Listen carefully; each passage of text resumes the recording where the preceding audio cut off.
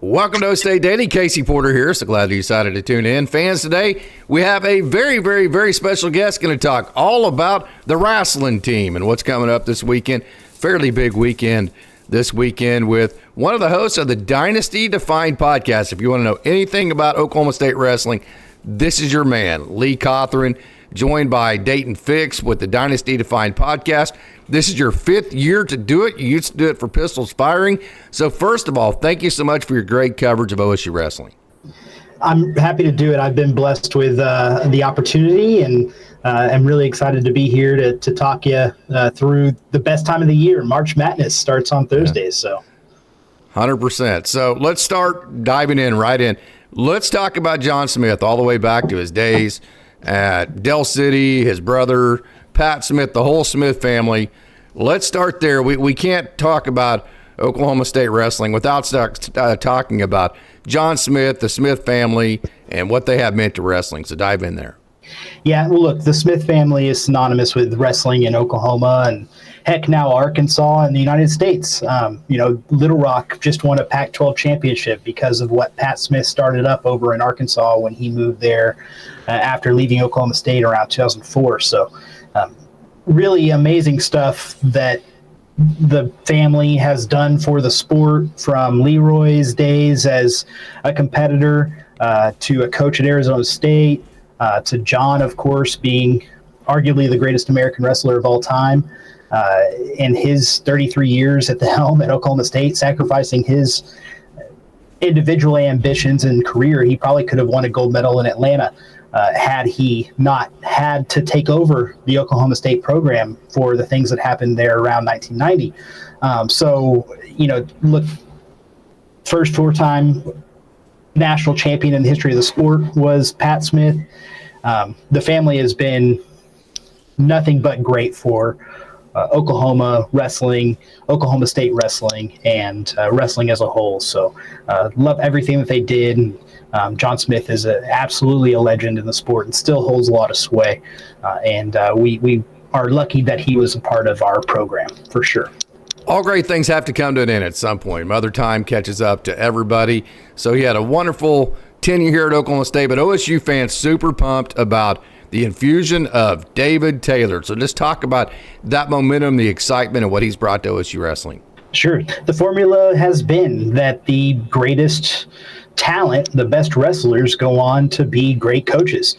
For Oklahoma State, you can go all the way back to Myron Roderick. He was a great wrestler and Olympian for Oklahoma State in the U.S. Back in the day, he took over for Ed Gallagher. He went on to win a bunch of national championships as a coach. And then you had the Dan Gable situation. He was an all-time great at Iowa State as a wrestler, won an Olympic gold medal, took over the head coaching job at Iowa, and then led them on their dynasty run there in the 70s and 80s. And then now you've got Cale Sanderson, who's done the same thing, was, again, an Iowa State legend, went through all 4 years undefeated, four-time national champion for the Cyclones, won an Olympic gold medal, took over for the Cyclones, and then moved over to Penn State, where he got the resources to be great. And he's won 11 championships or something crazy like that in the past however many years, almost 15 years that he's been there, or 20 years that he's been there. So it's a formula, and David Taylor is that guy. He was an all-time great at Penn State, a two-time national champion, four-time All-American, and then he went on to win 2 Olympic gold medals, multiple world championships, and he is a legend of the sport. He's young. He's 33, 34 years old, and he's a big deal. So it's really exciting that he got the resources and saw something in Oklahoma State that he felt he could come rebuild the dynasty that is cowboy wrestling.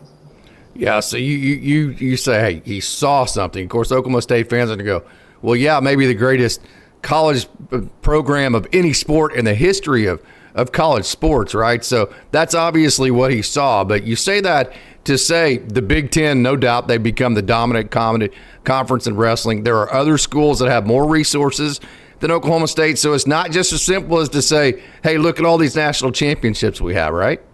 For sure. And not just in college sports. I mean, I start out the podcast every week with it's the greatest most historic program in all of sports. You know, the Yankees and the Canadians and the Maple Leafs and the Patriots. Everybody looks up to Oklahoma State wrestling, and when it comes to championships. So it's awesome. The reality is, the sport's changed a lot. College sports is constantly changing, and wrestling is a niche tertiary sport. And you're seeing a lot of divestment from sports like wrestling into feed the beast of football and basketball. And for Oklahoma State, though, it's a priority. In conversations with athletic director Chad Weiberg, in conversations with some of the donors that Oklahoma State's been blessed with that are wrestling specific. Chad Reichison is the CEO, founder of Paycom. I think he's a former CEO now, but he's the founder of Paycom, and he is a big wrestling guy. You know, Central Oklahoma has a wrestling powerhouse because of him. He wrestled at Central Oklahoma. Tuttle's facility is second to none because he wrestled at Tuttle. And he wants Oklahoma to be the centerpiece of USA Wrestling, and he thought that the best way to do that was to get a guy like David Taylor to Stillwater to run what's called a regional training center for Olympics. And David Taylor liked what he heard in the pitch from the Chads and decided to place his bet here and be the head coach of Cowboy Wrestling. Yeah, you talk about that pipeline in Tuttle. Oklahoma State has two fantastic wrestlers on this year's roster from that pipeline in Tuttle. So, hey, let's back up a little bit. It was a wonderful dual season. Oklahoma State ran right through it until they ran into Iowa. So that was a little bit of a difficult defeat, I should say, to Iowa to end that off of just a great season. So where are you at as far as that goes in the dual season? Yeah, the dual season was fantastic. We're no stranger to that. The dual seasons have been fantastic for a long time. You know, there's just not a lot of teams out there that can put 10 guys on the mat that are better than Oklahoma State as a team. For the Iowa duel, it came down to them. They had to pull an upset somewhere, and they got the one at 184 pounds, and that's what won them the duel. It was a 5-5 duel otherwise, and bonus points would have gone to the Pokes, with especially with Troy Spratley getting that early win in a big way, and then you had the anchor and Wyatt Hendrickson being just a bonus point scoring machine this year. So it's a great dual season. Oklahoma State got punched in the mouth a little bit in February with Northern Iowa and Iowa State and Little Rock. They all tested the Cowboys quite a bit there, and definitely speaks more to how good those teams are. And you may not necessarily know that Little Rock and Northern Iowa are really, really solid wrestling programs and teams that would probably finish top 5-6 in the Big Ten. And, like I said, Little Rock was the Pac-12 champion. So it was a great dual season, really tough, really put it on North Carolina State and Virginia Tech, which are perennial powerhouses. If you could wrestle more Big Ten teams, you would if you're David Taylor. But unfortunately, that's a two-way street with scheduling, and they have to want to put OSU on the schedule too. So that kind of is what it is. But it can't say enough. It was an exciting season, which they needed to have in year one. They had a lot of exciting wrestlers, a lot of exciting events, and then if you went to a duel this year, it was really exciting. Just a fun time. They really are creating a good atmosphere there in Gallagher to make it an experience for fans. That's what you really got to get people locked in. Like, you're going to come watch Oklahoma State beat a team, by 30 points, which is a lot in wrestling, right? But it's a fun time. You're going to get a show when you come and watch the Pokes wrestle. So the hype train is real big in Stillwater with wrestling right now, and for great reason. So to kind of put some not legitimacy, that's the wrong way to put it, but just kind of to put a bow on, the hype is real and it's being backed up and all that.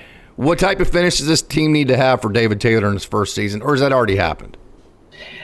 Look, I think that as a fan, you've got to be excited about what is being built at Cowboy Wrestling. Yes, I agree the expectation is national championships, and Oklahoma State Wrestling should be winning national championships. Not disputing that at all. That should be the expectation year in and year out. However, you have to set a little bit of a realistic bar here. Unfortunately, Penn State is head and shoulders above everybody else in college wrestling. They won the national championship by like 80 points last year. This year, quite frankly, they very well could have 10 All-Americans. They're all 10 of their guys are seated in the top 8. It's just likely to happen, and I'm happy to explain how that all works later. Yeah. But for Oklahoma State, I think the dual season being exciting and having some hype around wrestling was really important. Having great crowds, having rowdy crowds, getting people back in the building to watch the sport was very successful, as evidenced by that Missouri duel. You set a record for average attendance. You didn't host Bedlam, you didn't host Iowa. Right. So it was a great dual season, and keeping that momentum is going to be very important. At Nationals, I've been saying all year with Dayton and wherever I can that you are putting a proof of concept on paper as a coaching staff. These are all new coaches. They've all been kind of assistants or whatever around. Obviously, Tyler Caldwell's been an assistant at Oklahoma State for a long time. Jimmy Kennedy was an assistant at Illinois, Northwestern, Penn State for a while. But you're really putting on paper what can we do with the talent that we had inherited, because there's a lot of hay about the transfer portal and whatever. Who got? There's all this conjecture. Most of it's not true. The reality is that pretty much everybody, with the exception of Cam Amin, had committed to Oklahoma State before David Taylor was the head coach. Dean Hamady, Wyatt Hendrickson hadn't committed yet, but it was pretty well known that he was going to come to Oklahoma State. He's said it himself, on my podcast and other places. Caleb Fish, all those guys were coming to OSU. You had talent in the room with your Troy Spratlys, your Tegan Jamesons, your Luke Serbers, your Dustin Plotz, right? Dustin Plotz, a returning national finalist. How can you elevate these guys? Dean Hamady and Cam Amin weren't on the podium last year. They weren't All-Americans. But they're both talented enough. Amin has 2 top 4 finishes in his career. And Hendrickson is a guy who's kind of perennially been about 3rd to 5th place. How can you elevate those guys that you get one off season with onto the top of the podium? How can you turn Dean Hamady, Wyatt Hendrickson into national champions? How can you turn Cam Amin back into a top 4 finisher? How can you turn Caleb Fish into an All-American? He's perennially been in what's called the blood round, so top 12, top 16, but never quite over the hump to be on the podium. Luke Serber. I love Luke Serber. I joke that it's a Luke Serber fan podcast, is Dynasty defined, because I just love the way he has always represented himself in cowboy wrestling. He's had a very suboptimal, really below average, and below expectation, and really below an acceptable level postseason career at Oklahoma State. How do you get him elevated up into the top 6? How do you get Dustin Plott back into the finals? How do you get Troy Spratley onto the podium? And when you do that, then you're signaling, hey, look what we did. And a lot of these guys weren't top blue chip recruits. Troy Spratley was, Dustin Plott was. Tegan Jameson was not, right? Luke Serber was not. Wyatt Hendrickson definitely was not. And a lot of the credit to Wyatt Hendrickson and Air Force. But how do we elevate these guys at this level? Look what we did here. Look at how good they got in the one offseason we had. Okay, come to Oklahoma State, and you're a top 20 overall recruit in your class. You're number 1 in your weight class. You're winning junior national championships. You're representing world teams on the cadet or age group level. Come to Oklahoma State. You're going to be a national champion. And we have the tools and the experience to turn you into an Olympian as well. And I think that's really what they're trying to accomplish here. So I think you have 5 sure thing All-Americans for cowboy wrestling this season in Spratley, Amin, Hamady, Plott, and Hendrickson. How can you get Jameson, Teague Travis, Caleb Fish, and Luke Serber onto the podium? And then beyond that, how can you help them all improve their finishes prior? So how do you get Troy Spratley into the top 5? How do you get, like I said, Dustin Plott back into the finals? How do you get DJ Hamady on top of the podium? He's probably the one guy who can really win a national championship, realistically. So like all that stuff is going to be really important. I know it's nuanced.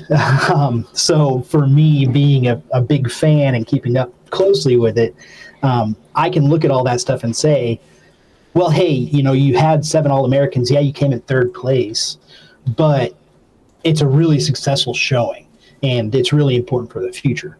So I think just keep that in mind. It's not the team result doesn't really matter in this tournament because Penn State's going to win the national title, and beyond that, who cares? Nobody really cares who came in 2nd, 3rd, 4th, 5th. If you have 7 All-Americans, you're going to come in 2nd or 3rd, just realistically. And then, so look at the individuals. How did they improve from the Big 12 finals to the national tournament? Who all got better in the postseason? And unfortunately, under John Smith, under the past several years, you just saw guys, really for the past 10, 15 years, you just saw guys that were ready for the season to be over. And they were almost happy when they lost out of the national tournament. Do we see that this year? Are the guys just tired? Are they worn out? Are they beaten up? They're just ready to be done. Or are they excited to keep competing? I think that's going to tell us a lot about what is happening in Stillwater with cowboy wrestling. So let's kind of dive into some of the nuts and bolts of how wrestling works. I think part of the reason why wrestling, if you ever go, you get hooked because it's just a fantastically exciting sport, especially if you have a rooting interest, like for one of the wrestlers or the other. If you have a rooting interest, it's the most intense 8 minutes of your life, as far as real time goes, and you definitely get hooked. But I think it stays niche because, the duels, I think, will continue to be well populated because people can follow the score. You don't have to know a whole lot about wrestling to know, hey, a takedown's worth this, back points are worth that, the dual score is this and that. We need to win. That's fair. I mean, you don't have to put a lot of time in to figure out how the scoring in a duel works. But to be honest with you, like at a tournament, I've been to probably 25 tournaments, whether it be youth or high school or college. I still can't figure out how they score all those tournaments. So can you put that for somebody like me that knows just enough about wrestling to like it, can you put that into common terms how the scoring works so we can follow it this weekend? Yeah, 100%. So it is complicated and convoluted, and there's a lot of discussion about, how do we make this better? But the unfortunate reality is that if you go just the next time it's in Oklahoma, which is fairly regularly, I think there's some talk about having it in Arlington, Texas, whatever. Next time it's close, go. And go on Friday, and you'll see why people don't want it to change. This is my sermon that I will give to any casual fan or like casual observer or somebody who's trying to get into it. The NCAA Wrestling Championship is the best event in sports. And I know that's a hot opinion. But it's taking the basketball tournament, condensing it into one weekend, and putting it all on one floor. And so you have 10 weights, 33 wrestlers per weight, 330 athletes have their entire life decided right there in front of you. And it all kind of comes together on Friday night in what is called affectionately the blood round. It's the semifinals of the championship bracket. So those 4 wrestlers in each weight class are competing to make it into the national finals for their chance to be a national champion. So you see all the emotion and stress and everything with that. And then in the round of 12, the blood round, you have those 12 wrestlers competing down to get onto the podium. To be a top 8 wrestler, you're an All-American. So it places 8 wrestlers, you're an All-American. If you're an All-American, you're running camps for your 20s and making a little extra cash, So it's a big deal to get into an All-American status. So and you just see all the defeat, all the agony, all the heartache. Again, these guys' whole lives comes down to these moments on Friday night at the NCAA championships, and it is fantastic. You just have to experience it at some point if you're a sports fan. That's what got me hooked. About 13 years ago, my dad and I went, and we had a great time, and it was just the thing, right? And you got to do it, and you got to watch. You can kind of get it on TV too, and the commentators are going to do a great job with you there. Daniel Cormier, Jordan Burroughs, like that whole team of people explains it extremely well because they've lived it. So, getting that out of the way, the thing to keep up with on team scoring and things like that, you get points for placing. So when you win a match, you get placement points. When you get into that round of 12. Semifinals, quarterfinals of the championship bracket, you start to earn placement points. So that's when the team scores really start to separate. So for first place, you get 25 points. For second place, you get 21 points. So there's a pretty big gap. All the way down to at 8th place, I think you get 6 points. So it's a big deal for the team as you're advancing and placing. Each advancement gets on the championship side is worth 1 additional team point. Each advancement on the consolation side is worth half a team point. And then for bonus points, which is a big topic, Penn State, when they started their run under Cale Sanderson, really separated themselves on scoring a lot of bonus points, and especially in the early rounds.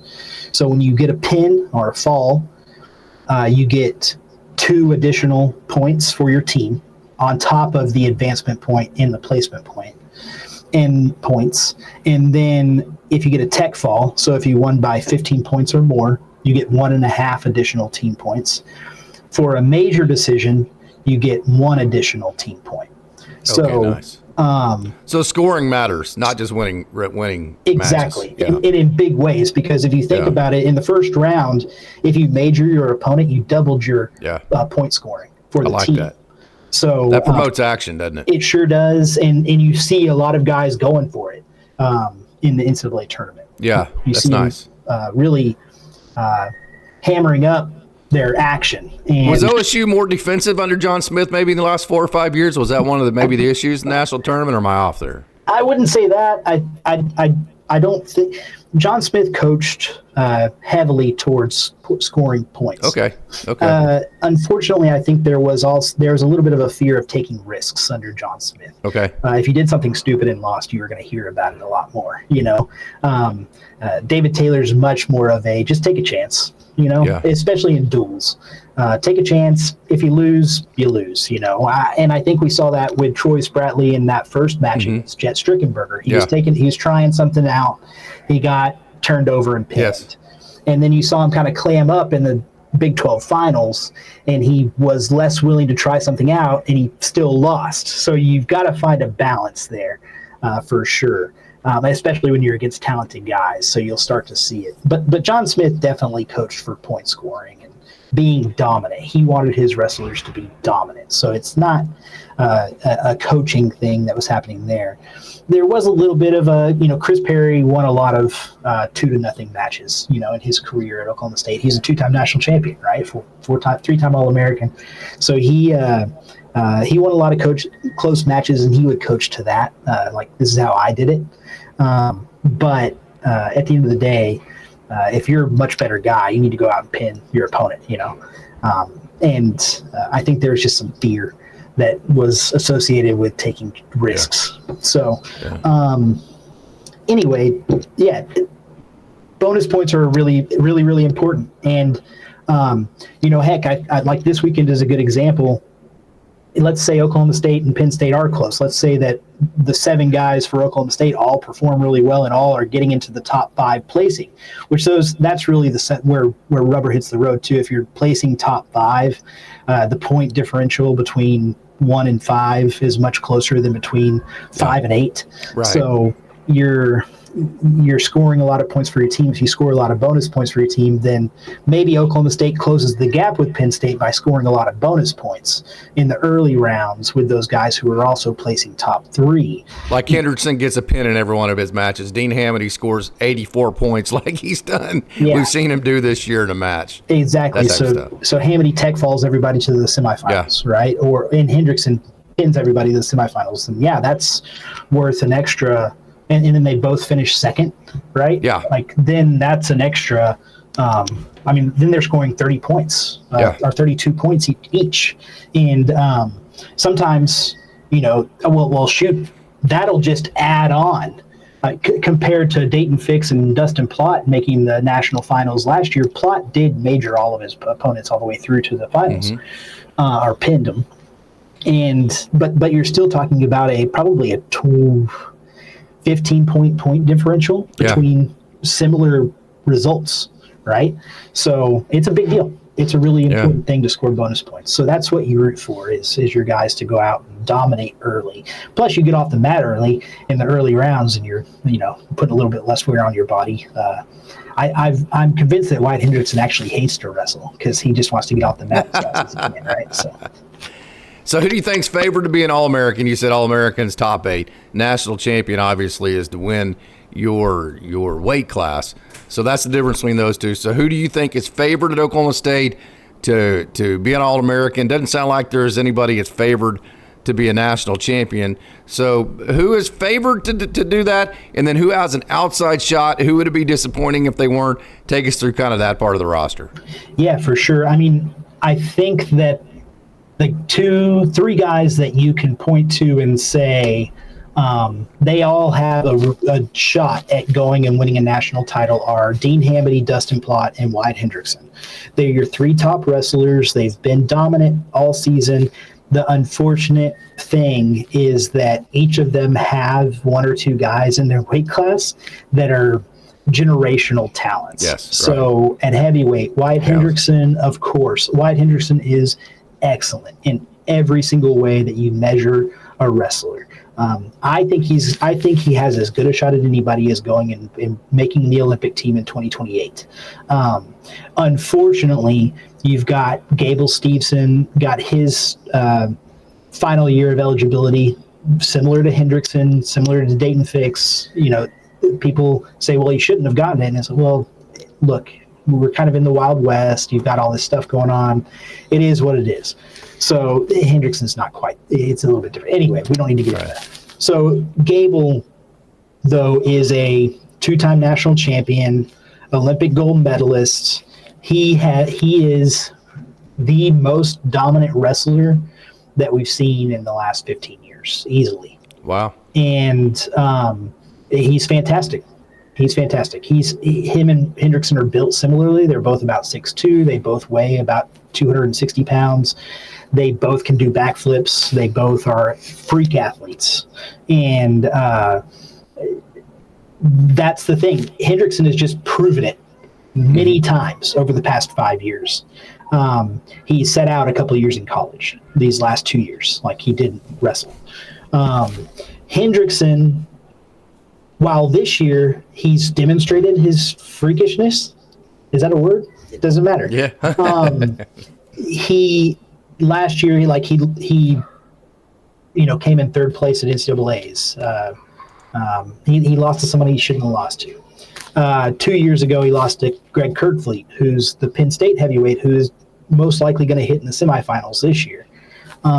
So you look at the history and you kind of are like, oh man, we would have to see Hendrickson do something that he hasn't done to win a national title.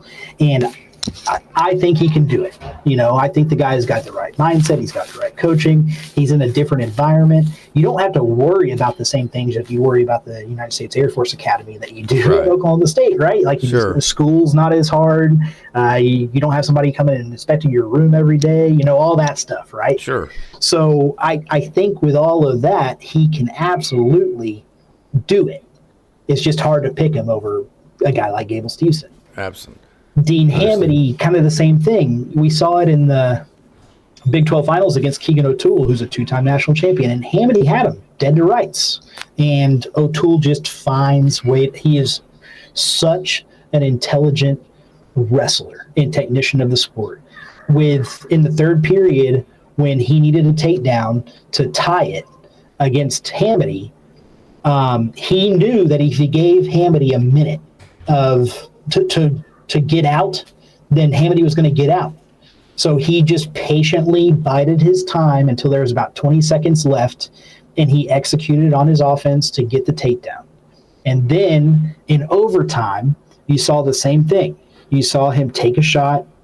Hamady blocked him because Hamady is great and smart in his own way. Hamady tried to chain together some offense, and all three different ways that Hamady tried, O'Toole not only blocked Hamady's offense, but created offense on his own.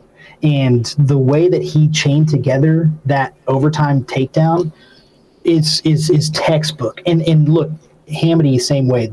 His takedown against O'Toole was there are maybe 6 wrestlers in the last 5 years of college wrestling that have taken down Keegan O'Toole.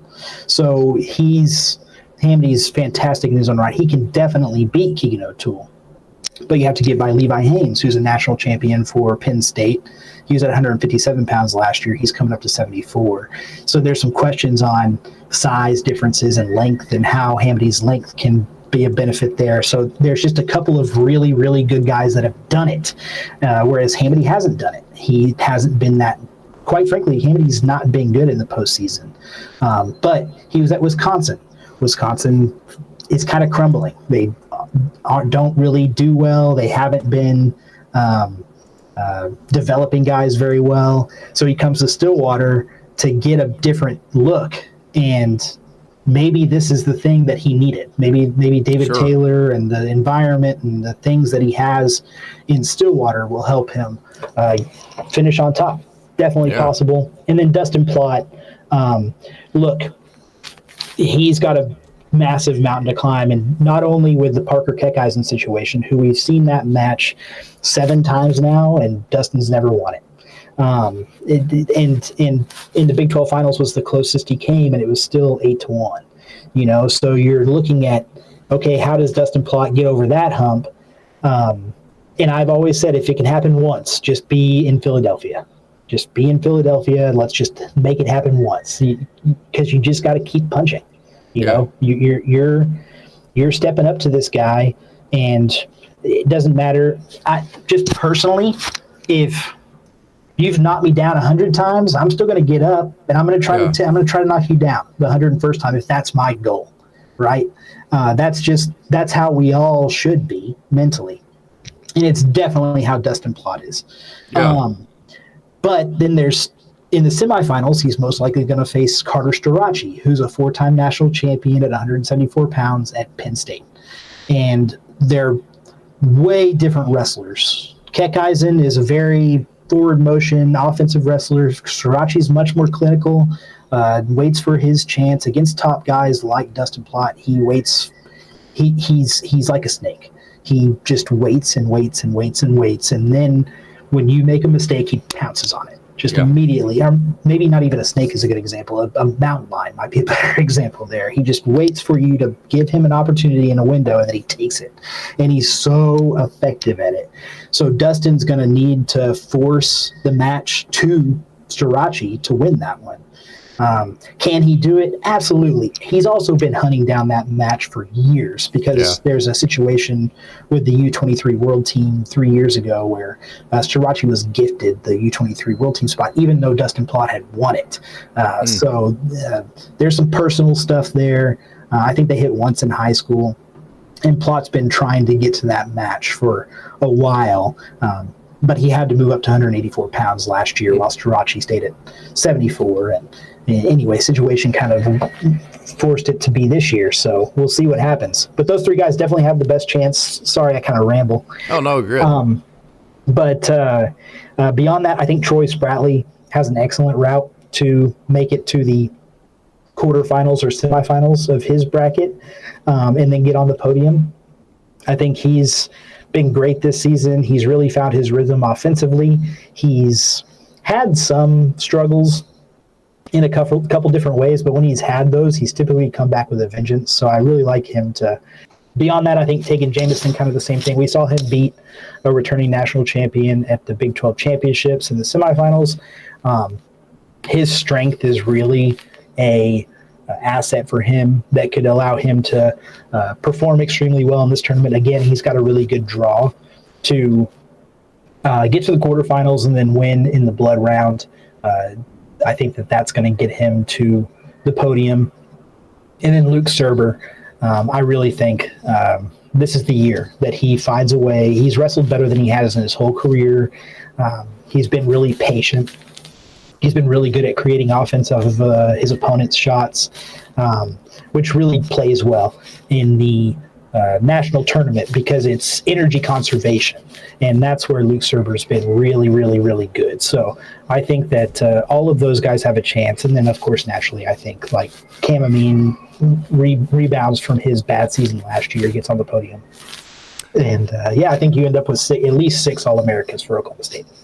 Wow. And then hopefully you spring a couple upsets and maybe get a national champion or two. That would be awesome, too. So, hey, Lee Cothran of Dynasty Defined Podcast, this has been so much fun. You're just so incredibly knowledgeable about Oklahoma State wrestling in general. This has been a blast. Again, I would consider myself definitely a casual. I mean, I go to the duels and I like all the tournaments and that, but I'm not even anywhere as close to you. So this has been a blast. I want to have you back on, and when I have you back on, I want to talk about the next year's recruiting class at some point. So you got to promise me you'll come back on. 100%. I'm happy to. Recruiting's been great. I don't really get a ton into recruiting just because it's kind of I don't know. There's so much access to wrestlers. Yeah. I'm 36 years old. I don't know. They're kids. I'm the same way. I'm the exact same way, Lee. Yeah. So, but I cover recruiting almost none just because I just don't like bothering young kids like that. You know? Yeah, absolutely. Like if they want to talk to me, that's great. Yeah. But why would you want to talk to a 36-year-old? I don't. That's exactly how I feel. Unless I'm your 100%. Coach, you know. So, but yeah, the David Taylor and company have been excellent. Next year's recruiting class is going to be really good. The one in 2026 is forming up really good. So great things ahead for Cowboy Wrestling. You don't have to be as into the math and the physical like form and stuff as I am. I'm a sicko. But you know, if you are going to the duels and you're watching the tournaments and all that stuff, then that's amazing, you know. And of course, you know, Dayton and I are going to give you that in-depth breakdown. So like the O'Toole-Hamity match last week, we went in-depth on like what he was doing. And Dayton Fix is a 5-time All-American, 4-time national finalist, world silver medalist, world gold medalist. Like he's got all the things, right?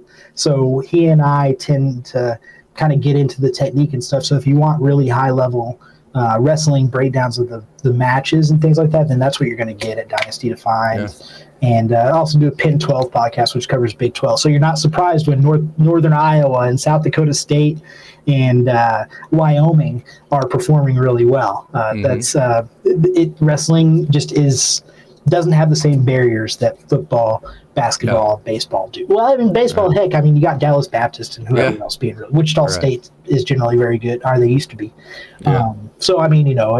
Or Roberts, Yeah, so you've got a similar thing in wrestling where you don't have the same impediments that you do in the other big sports. So, and then a lot of these guys, probably similar to baseball, you know, mom and dad have planned, you know, so you don't really have the guys. It does happen. Guys are looking for paydays, and I think it's great. You know, whatever. If you can go make $65,000 a year wrestling in college, then awesome. You know, some in Iowa, guys are making $500,000 a year wrestling. Wow, that's good for them in Iowa. But a lot of the times, they're looking for the best coaches, the best training partners, the best chance for them to be national champions and Olympians. And that's what David Taylor is building at Oklahoma State, and it's what John Smith had for sure. That never went away. Oklahoma State has had #1 recruiting classes. There's nothing new in Stillwater. It's just new blood, fresh perspectives, and attitude shift. I think is really what's going to play well over the next, really adapting to the modern athlete and what they need. That's what Cale Sanderson has done at Penn State. It's not magic. He doesn't have some special thing that he's doing. I think he just was really, really early on coaching to mindsets and attitudes and health rather than just hard-nosed, like be the toughest guy out there, right? There's an element of that, but wrestling's a mental sport as much as it is a physical one. Yeah. So you gotta coach that stuff too, and that's what we're excited about at Dynasty Define for sure. Tell us where we can find you. I'm everywhere. I got, if you're on the Oklahoma State internet very much, Gift Tannen is somebody you're probably familiar with. He's making my YouTube videos. So Dayton and I, you can watch us on YouTube. Just search for Dynasty Define podcast there. Spotify, Apple, Amazon, whatever podcast platform you prefer, we're on that. And then you can also find us at dynastydefine.substack.com. I plan on publishing more newsletters and putting things on there. So I'm hiring a marketing person, so bear with me a little bit. But yeah, we're on all the social media outlets. Just if you search Dynasty Define podcast, you'll find me. Lee Cothran of Dynasty Define podcast, thank you so much for joining OState Daily. This has been a wonderful honor. Thank you, sir. It's been excellent talking to you, and thanks for all that you do for the Cowboys.